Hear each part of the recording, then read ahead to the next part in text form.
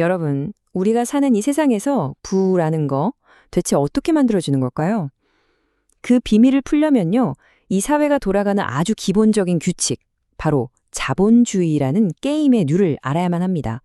뭐랄까 진짜 부자가 되기 위한 필수 설명서 같은 거죠. 오늘 새카페의 아주 흥미진진한 이야기를 통해서 그 핵심을 정말 쉽고 명확하게 한번 파헤쳐 보겠습니다. 자, 모든 건 아주 간단한 선택에서부터 시작이 돼요. 지금 제가 드리는 이 질문에 어떻게 답하시느냐에 따라서 여러분이 부의 가장 중요한 비밀 하나를 딱 깨닫게 될 수도 있습니다. 자, 1억 원짜리 빵 공장을 가지시겠어요? 아니면 당장 맛있게 먹을 수 있는 1억 원어치의 빵을 선택하시겠어요? 한번 진지하게 생각해 보세요. 아마 그렇죠. 거의 모든 분들이 망설임 없이 빵 공장을 고르셨을 겁니다.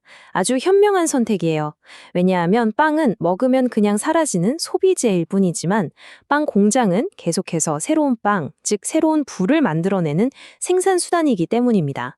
바로 이 생산수단을 누가 가졌느냐, 이게 단순히 돈이 많고 적고의 문제를 넘어서서요, 이 사회의 경제 권력을 누가 쥐고 있는지를 결정하는 가장 핵심적인 열쇠가 되는 겁니다. 자, 그럼 이 중요한 원리를요, 지금부터 A, B, C라는 세 명의 카페 사장님 이야기 속에 한번 녹여보겠습니다. 때는 아무런 규칙도 심판도 없이 오직 무한한 자유 경쟁만이 허용되던 시대, 바로 초기 자본주의입니다. 이야기는 바로 여기서부터 시작됩니다. 처음에는 모든 게 다 평화롭고 공평해 보입니다. 세 카페 모두 자유롭게 경쟁하고 시장은 자연스럽게 모두가 먹고 살 만큼의 이윤을 남기는 가격을 형성하죠. 커피 한 잔에 5,000원, 재료비랑 임대료로 3,000원, 직원 월급으로 1,000원을 주고 나면 사장님 주머니에도 1,000원이 남는 아주 이상적인 구조예요. 겉보기에는 정말 완벽한 자유시장이죠. 하지만 과연 이게 계속될 수 있을까요? 바로 여기서부터 보이지 않던 균열이 생기기 시작하는 겁니다. A 사장은 다른 두 사람에게는 없는 이 게임의 판도를 완전히 뒤흔들 수 있는 결정적인 생산수단을 이미 손에 쥐고 있었던 거죠. 바로 자기가 장사하는 그 건물이요. 매달 꼬박꼬박 월세를 내야 하는 B 사장, C 사장과는 출발선부터가 달랐던 겁니다. 이건 그냥 좀 유리한 정도가 아니에요. 이건 게임의 규칙 자체를 바꿀 수 있는 막강한 무기였습니다. 이게 바로 아무런 브레이크가 없는 경쟁이 얼마나 무서운지를 보여주는 거예요. 건물주인 A 사장은 임대료가 안 나가니까 커피값을 확 낮출 여유가 있죠. 하지만 C 사장은 당장 살아남으려면 어쩔 수 없이 직원의 월급을 깎아야만 합니다. 최저임금 같은 보호장치도 아예 없던 시절이니까요. 그런데 여기서 모두가 잊고 있던 중요한 사실이 하나 있습니다. 월급이 깎인 그 직원이 바로 우리 동네에서 커피를 사 마시는 소비자라는 사실입니다. 소득이 줄어든 사람들은 당연히 지갑을 닫게 되고 커피 소비는 줄어들죠. 결국 시장 전체가 함께 무너지는 정말 비극적인 악순환이 시작되는 겁니다. 이게 그냥 꾸며낸 이야기가 아니라는 게 중요해요. 실제로 1932년 전 세계를 거의 파멸 직전까지 몰고 갔던 끔찍한 경제 대공황이 바로 이런 과정으로 일어났습니다. 그냥 내버려두면 시장이 알아서 모든 걸 해결해 줄 거야 라는 초기 자본주의에 굳건했던 믿음이 처참하게 실패했다는 걸 보여준 역사적인 사건이었죠. 이 엄청난 위기 속에서 사람들은 더 이상 시장을 그냥 방치할 수 없다는 사실을 깨닫습니다. 그리고 새로운 시스템이 등장하죠. 바로 정부라는 아주 강력한 심판이 무너진 경기장에 직접 뛰어드는 후기 자본주의의 시대가 열린 겁니다. 마치 미국의 뉴딜 정책처럼요. 정부가 세금을 이용해서 거대한 공공사업을 벌이면서 위기에 직접 개입하기 시작합니다. 망해가던 C사장 카페 동네에 갑자기 거대한 발전소가 들어서고 일자리를 얻은 수많은 노동자들이 막 몰려들기 시작하는 거죠. 죽어가던 동네에 갑자기 엄청난 사람들이 나타난 거예요. 자, 이게 과연 경제에 어떤 변화를 가져왔을까요? 와, 정말 놀라운 일이 벌어집니다. 발전소에서 일하고 월급을 받은 노동자들이 C사장의 카페에서 커피를 마시기 시작하는 거예요. 죽어가던 카페에 손님들이 줄을 서기 시작한 거죠. C사장은 다시 직원을 고용하고 늘어난 수요 덕분에 가격을 조금 올려도 커피는 날개도 친 듯 팔려나갑니다. 이처럼 정부가 세금을 쫙 걷어서 공공사업에 투자해 일자리를 만들고 그렇게 생긴 소득이 다시 소비로 이어져서 시장 전체를 살리는 것. 돈이 돌기 시작하는 거죠. 이게 바로 후기 자본주의, 즉 정부가 개입하는 경제 시스템의 핵심 원리입니다. 자, 이 슬라이드가 바로 우리가 이야기한 핵심적인 변화를 한눈에 보여줍니다. 시장의 모든 걸 맡겼던 애덤 스미스의 보이지 않는 손의 시대에서 이제는 정부가 적극적으로 개입해서 부를 재분배하고 사회 안전망을 만드는 케인즈의 보이는 손의 시대로 경제 시스템의 패러다임이 완전히 180도 바뀐 겁니다. 시사장의 사업은 다시 번창했고 직원들의 삶도 안정됐습니다. 모든 문제가 다 해결된 것처럼 보였죠.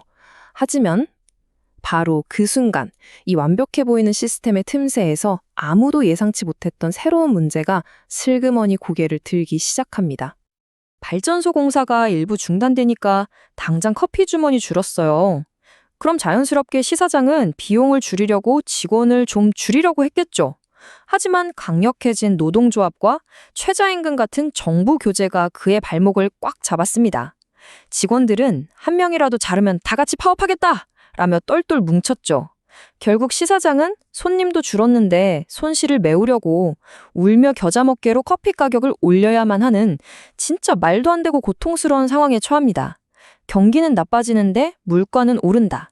이것이 바로 그 유명한 스태그플레이션입니다. 분명 좋은 뜻으로 시작한 규제들이었어요. 노동자를 보호하려는 선한 의도였죠. 근데 이게 역설적으로 시장이 스스로 변화에 대응할 수 있는 유연성을 완전히 빼앗아 버린 겁니다. 상황이 나빠졌을 때 기업이 신속하게 구조를 바꾸거나 비용을 줄일 수 없게 되면서 경제 전체가 서서히 활력을 잃어버리는 거죠. 사람들은 이걸 두고 정부의 실패라고 부르기 시작했습니다. 이 정부 실패에 대한 거대한 반작용으로 세계는 다시 한번 시장의 힘으로 눈을 돌립니다. 과도한 정부 개입은 이제 그만하고 다시 자유로운 경쟁을 통해서 경제에 활력을 불어넣어야 한다는 목소리가 커지면서 우리가 현재 살고 있는 시대, 바로 신자유주의의 막이 오릅니다.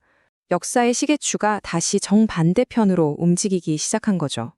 이 새로운 흐름은요, 스태그플레이션에 시달리던 시사장한테는 처음엔 정말 가뭄의 단비 같았을 거예요.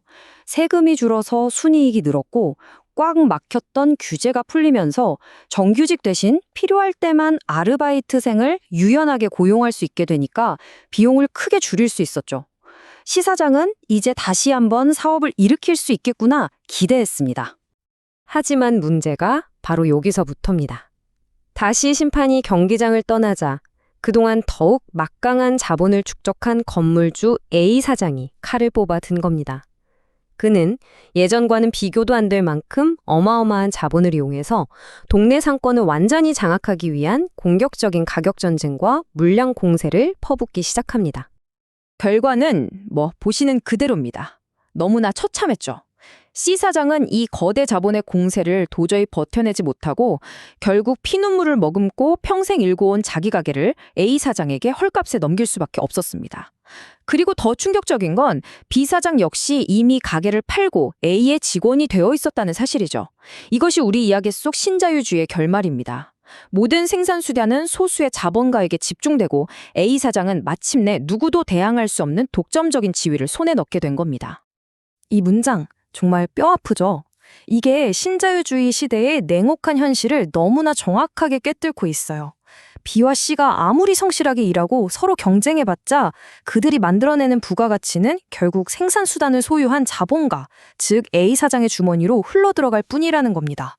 노동자가 열심히 일하면 일할수록 자본가는 더 부유해지는 구조.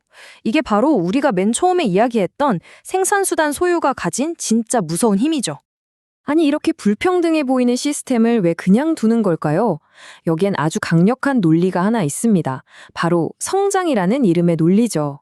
비록 빈부격차라는 그림자는 짙어질지 몰라도 치열한 경쟁이 혁신을 낳고 효율성을 높여서 시장 전체의 파이를 키우기 때문에 결국 나눠 먹을 것이 더 많아져서 모두에게 이득이 된다는 주장입니다. 당장의 불평등은 좀 감수하더라도 일단 파이를 키우는 게 우선이다라는 논리죠.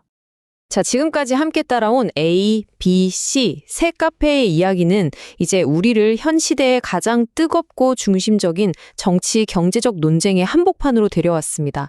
바로 성장이냐, 분배냐 하는 그 질문이죠.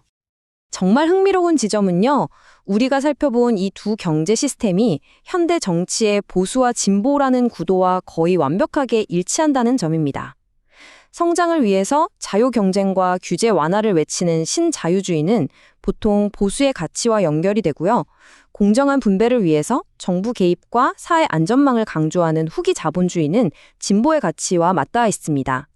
우리가 매일 뉴스를 볼 때마다 듣는 그 이야기들이 바로 이 거대한 흐름 속에 있는 것이죠. 여기에는 이것이 정답입니다라고 딱 잘라 말할 수 있는 쉬운 답은 없습니다. 치열한 글로벌 경쟁에서 살아남고 일자리를 만들려면 성장이라는 엔진을 힘껏 돌려야 할 때도 있고요.